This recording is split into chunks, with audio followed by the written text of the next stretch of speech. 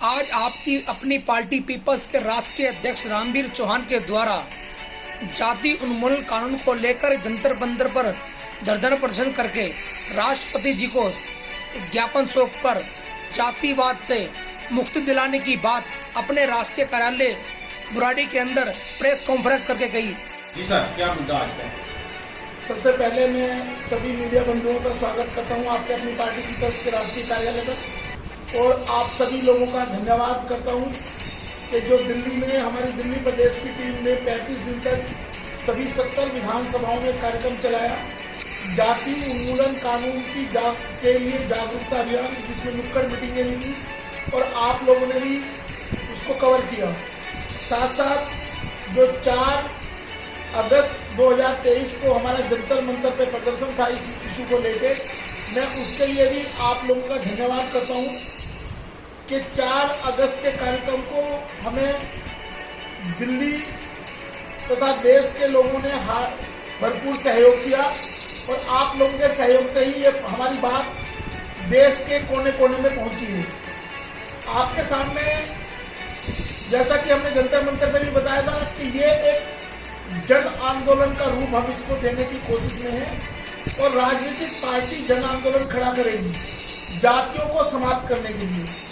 तो इसको जन आंदोलन बनाने के लिए हम एक नया कार्यक्रम आपके सामने अनाउंस करें। आज आपको इसलिए हमने बुलाया है कि जितनी भी राजनीतिक पार्टियां हैं, चाहे वो राष्ट्रीय पार्टियां हैं या राज्य स्तर पर क्षेत्रीय पार्टियां हैं या रजिस्टर्ड पार्टियां हैं जो अच्छा काम कर रही हैं, हम उनके सभी राष्ट्रीय अध्यक्षों को एक पत्र लिखकर जाति उन्मूलन कानून के बारे में उन लोगों से इस देश की जनता की आवाज उठाना चाहते हैं कि जातियों को समाप्त किया जाए और इस देश में जाति व्यवस्था को समाप्त करने के लिए लोकतांत्रिक प्रणाली में राजनीतिक दलों की एक बड़ी भूमिका होती है।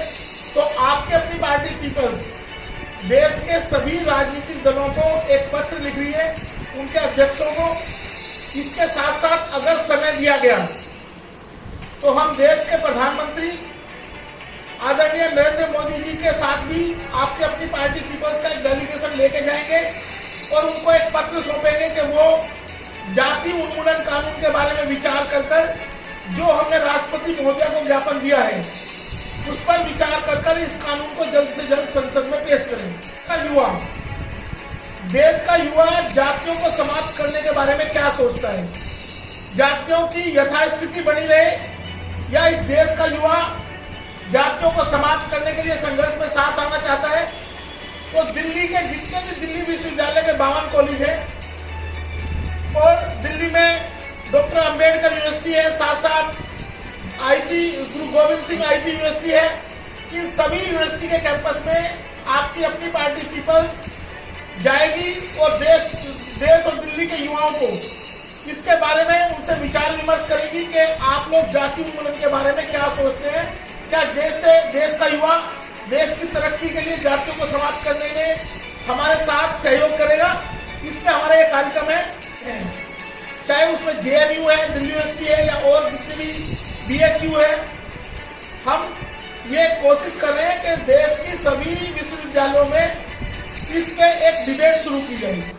जाति उन्मूलन कानून पे एक विचार विमर्श देश के युवाओं के साथ संवाद करने का हमारा कार्यक्रम है और इस कार्यक्रम को हम 25 अगस्त से शुरू करने जा रहे हैं। देश की जितनी भी राजनीतिक पार्टियां हैं उनके राष्ट्रीय अध्यक्षों को हम पत्र लिख रहे हैं कि जाति उन्मूलन कानून पे अपनी स्थिति वो लोग साफ करेंगे कि इस देश में जातियों को बरकरार रखना चाहते हैं या जातियों को समाप्त करना चाहते हैं।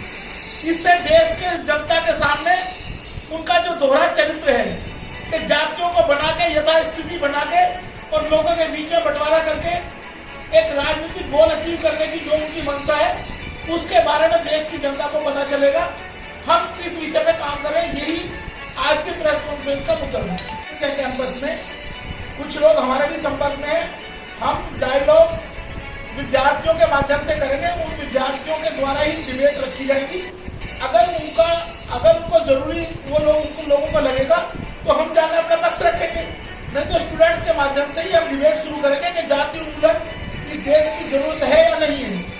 कास्ट एबोलिशन एक्ट पे हम देश के युवाओं के साथ संवाद करने जा रहे हैं 25 अगस्त से। अगर जातियां समाप्त होगी तो रिजर्वेशन समाप्त होगा। हम इस भ्रम को भी दूर करेंगे, लोगों की बस्तियों में जाके हम इन सारे इश्यूज पे बात करेंगे और डायरेक्ट जनता के साथ इंटरेक्ट करके डायलॉग करेंगे। आप करते हैं इस देश में, हमने जैसे जंतर मंतर पे भी कहा था, इस देश में 2 वर्ग हैं। एक वो है जो जातियों पे गर्व करते हैं और दूसरा वो वर्ग है जो जातियों के नाम पर शोषित है। तो इस देश के संविधान को सौंपते हुए डॉक्टर B.R. अम्बेडकर ने एक बात कही थी कि अगर आप लोग अपनी जातियों पे गर्व करेंगे तो यही आपके विनाश का कारण बनेगा। ये आपके विनाश का कारण बनेगा और विनाश का कारण बनेगा तो ये आप देख रहे हैं कि आज देश में लोगों ने अपनी गाड़ियों में जातियों के नाम से प्राउड करना शुरू कर दिया है। कोई जातियों के नाम पर प्राउड कर रहा है, कोई जातियों के नाम पे मूंछ रख रहा है। तो ये जो सारे इश्यूज है, ये सारे इश्यूज हमें इस देश की तरक्की को बाधित करने के लिए ये इश्यूज खड़े किए गए हैं। हमने जंतर मंतर में भी ये बात बताई थी, कास्ट जो है कन्याकुमारी केरल से लेकर जम्मू कश्मीर तक, इधर आपका नॉर्थ ईस्ट में आसाम मिजोरम बंगाल से लेकर आप गुजरात तक चले जाओ, पूरे देश में कास्ट सिस्टम एग्जिस्ट करता है और पूरे देश में जातियों के उत्पीड़न की घटनाएं होती हैं। तो पिछड़ा वर्ग है, ओबीसी वर्ग है, मंडल कमीशन के बाद जब पिछड़ा नेतृत्व उभरा जिसमें लालू प्रसाद यादव, देवीलाल, इंडियन नेशनल लोकदल के जो और नेता ओम प्रकाश चौटाला, देवेगौड़ा, ऐसी नेता जो ऐसा नेतृत्व उभरा, तो इस देश में एक मानसिकता है कि उन लोगों को करप्शन के एलिगेशन लगा के उस नेतृत्व को खत्म कर देंगे। लालू प्रसाद यादव जी के साथ साथ जगन्नाथ मिश्रा जी भी थे। चारा घोटाला जगन्नाथ मिश्रा जी के नेतृत्व में जो सरकार चल रही थी बिहार में, उस समय का था वो चारा घोटाला। और आपने अपनी पूरी मशीनरी लालू प्रसाद यादव के खिलाफ लगा दी और लालू प्रसाद यादव को कन्विक्ट कर दिया। उसके बाद उनको जेल में जाना पड़ा। तो जो बाबा साहब डॉक्टर अम्बेडकर ने एक बात कही है कि political power is the master key by which you can open each and every door. राजनीतिक सत्ता मास्टर चाबी है।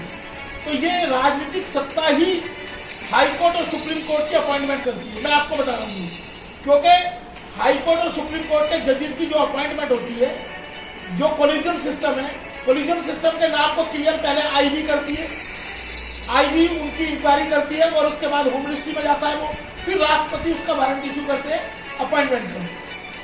तो ये जो गुजरात से मामला शुरू किया गया, ये अपने अपने स्टेट में शुरू किया गया। आपको पता होगा कुछ दिन पहले कुछ लोगों ने सीबीआई को रोकने की कोशिश की कुछ स्टेट में। उन स्टेट ने कानून बना दिया कि सीबीआई बिना स्टेट के नेतृत्व के परमिशन के बिना घुसेगी नहीं। तो ये जो फेडरल स्ट्रक्चर इस देश का है, और कानून ये कहता है कि जब तक एपेक्स कोर्ट, जब तक किसी भी आदमी का अपील का राइट सरवाइव करता है, nobody can be held guilt, no person can be held guilt unless and until the apex court will decide। राष्ट्रपति के पास तक जाने की पावर होती है लोगों के पास। आपने देखा होगा कि फांसी की सजा में भी लास्ट अपील राष्ट्रपति के पास जाती है, मर्सी पिटीशन भी फाइल होती है।